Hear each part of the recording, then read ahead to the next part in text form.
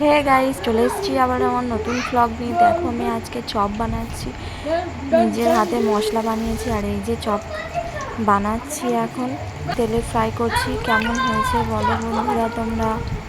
দেখে তো অবশ্যই ভালো লাগছে। হ্যাঁ, খেতেও খুবই সুন্দর হয়েছিল, সত্যি বলছি।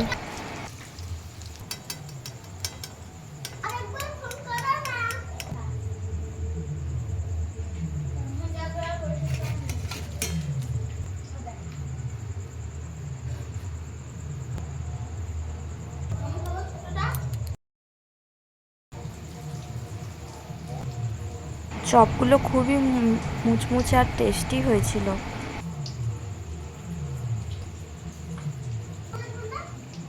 একটা চপ আমি আবার খেয়েও দেখলাম, দারুণ হয়েছিল।